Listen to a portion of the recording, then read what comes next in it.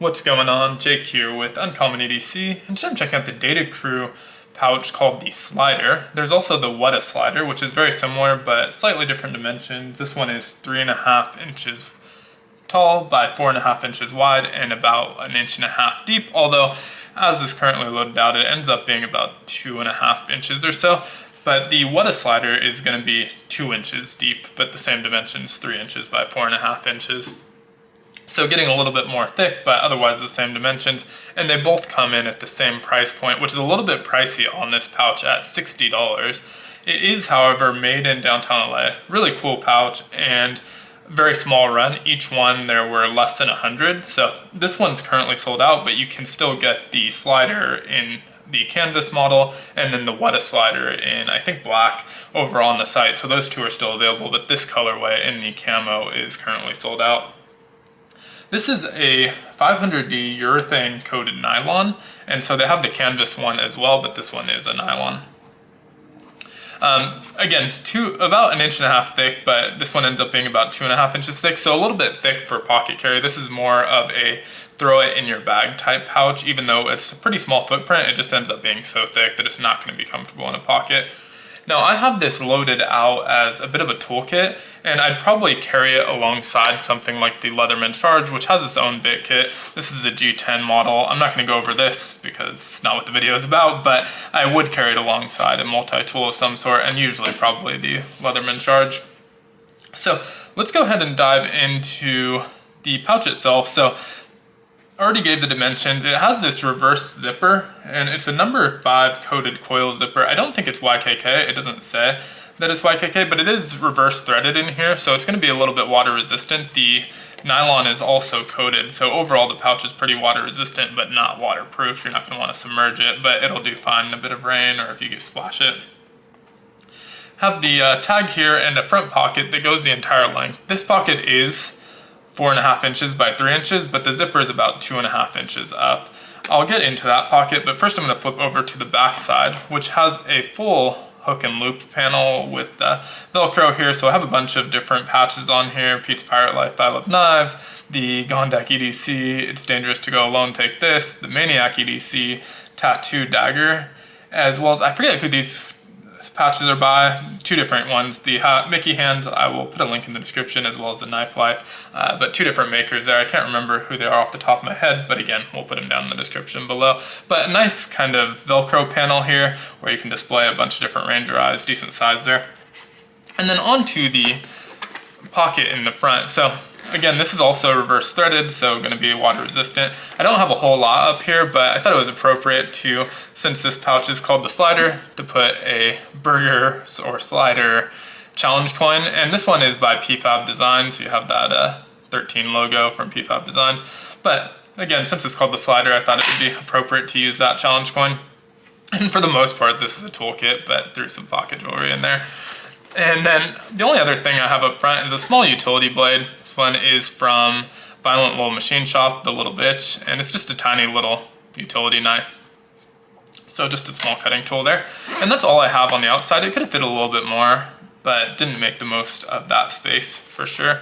It is a clamshell style opening, and this zipper goes pretty deep, even under this kind of nylon loop here. And so really able to fully open this up.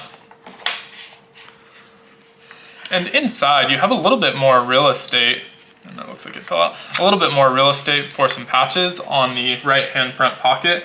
This pocket's about 2.25 inches tall by 3 inches wide, and so I have a couple more Maniac EDC patches there. And I'll start on the left side with what I have in here, and again, give the dimensions of each of these pockets as well as what I was able to fit in them.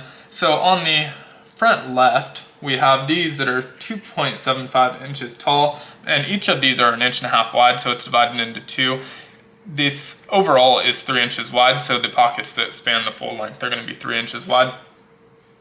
And so on the left-hand side, I just have this Phoenix E01 flashlight, so just a small flashlight that is twist, so I'm twisting it the wrong way though, is twist, so easy to turn on and off, hard to accidentally turn on in the bag. It doesn't have any button to accidentally press, so good flashlight for this type of kit.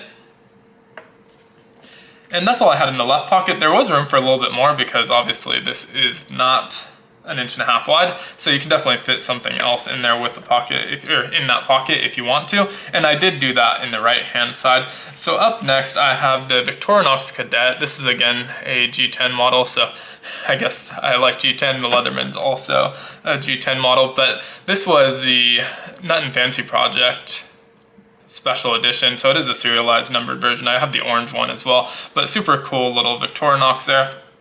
And right next to that, I have a Cerakoted titanium wedgie bar from Countycom, and I think this is the 3-inch curved. It has a nail puller in there as well, so just a little pry bar.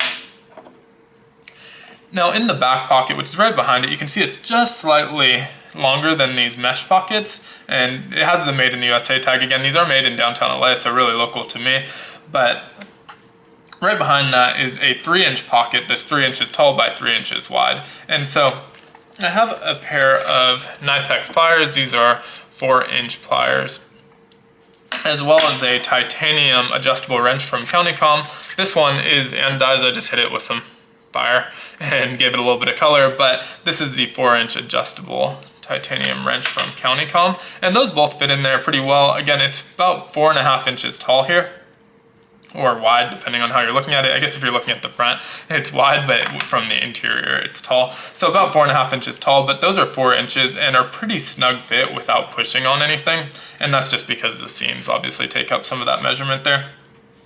You can also see there's a little bit of a pass-through that you can't tell from the outside, but there is a little bit of a pass-through. So if you have small items floating around in there, it is possible for something that's under an inch to slide out of here. I haven't had any issues with that, but it's definitely possible for something to slide out of there. But it also means that it's possible to pass a wire through here. So if you have like a battery backup that you're charging your phone with, something like that, you can pass a wire through here, I guess, is one benefit to that. But just keep in mind that is there, so a really small item could slip out of there.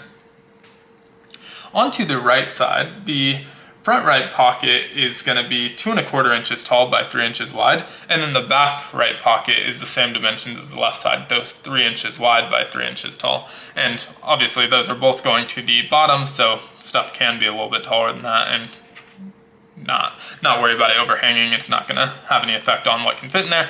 But up front, I have the most recent Curator Flex from JRW.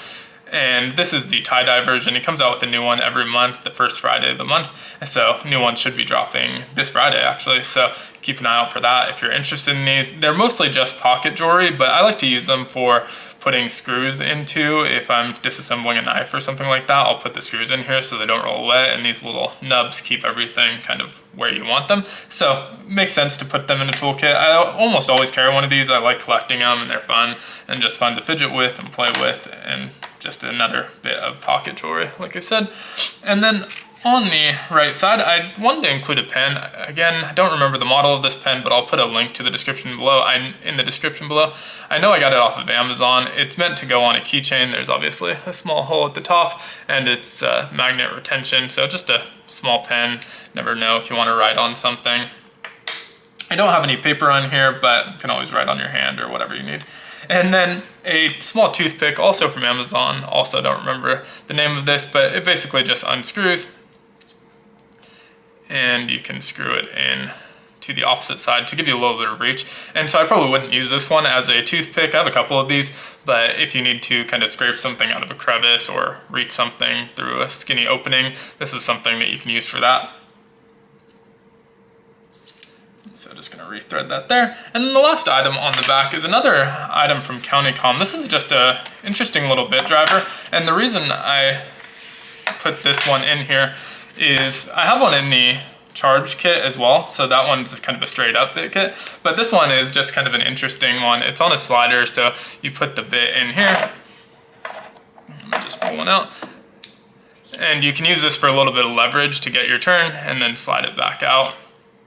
So just a kind of different option from one that's reaching straight down. The one on the charge can be a little bit awkward because it's a thick handle, and so gives you a couple different options if space is tight on how you actually go about screwing something in. And again, just appropriate for the pouch that I have, that I put a sliding bit driver in the slider. So that's it for what's in the pouch. You can see it here empty. I'll pull off some of these patches, which will probably be loud and annoying, but just so you can see a little bit of that patch real estate as well. So you have the 2 pockets on each side. This one, the front has 2 dividers on the left, and then 1 full length that goes the full width. And then on the right side, again, a full width 3x3 and a full width 2¼ by 3, and that one has that Velcro panel on it. I'm not going to pull off all of these pouches, but again, a 4.5 by 3.5 inch with rounded corners, hook and loop panel on the outside for more patches. So a lot of patch real estate, and really, really cool pouch from Data Crew. I think these are their first pouches. They did a bunch of them, and again, there are still some in stock. The only thing is they're a little bit pricey, but they're made here in America, specifically in downtown LA, where labor is not cheap, so understand that price point. But a super cool pouch from them. Excited to see what else they do. And I really like the depth of these pouches. A lot of times you get kind of thinner pouches, and as you stuff them, you're really kind of pushing the limits of the pouch. This one does end up a bit wider loaded out because everything's sitting on the outside, but the stuff inside isn't pressing against each other really because there's a nice gap in between. So almost everything I had fit below the zippers. And so when you close it up, if you have things that are scratchable or you care about getting damaged, they're not going to be rubbing up against each other like they would in some tighter pouches. But really cool pouch from Data Crew. Excited again to see what else they have to offer down the line, and a really small run. So if you're interested in checking these out, like I said, they're still in stock now, but they're probably going to go pretty quickly, so definitely grab them sooner rather than later. But thank you so much for watching. I'm going to be doing more pouch videos this week. I'm trying to do kind of a unofficial pouch week. If you follow True Budget EDC, I know he's done 2 pouch videos this week. EDC for Fun did a Maxpedition pouch, so not collaborating or anything on those, but some other pouch videos coming out that are pretty timely to mine as well, since I'm doing a pouch week. I'm usually put out a video every other day. I'm going to try and put out at least 1 bonus video this week just to get an extra pouch in there, either on Thursday or Saturday. I haven't decided yet, but I will try and put out at least 1 extra video because I have so many pouches that I want to do videos on. And then next week I start getting all the monthly subscriptions again, since we're about to roll into September. So I'm going to start getting a bunch of subscriptions, and the videos are going to focus on that. So I want to try and get as many pouches in this week as I can. So we'll do at least 1 bonus video, maybe 2. We'll see how it goes. But thanks again for watching. Be sure to like, comment, subscribe, and hit that notification bell. And as always, I hope you have a great one. Take care.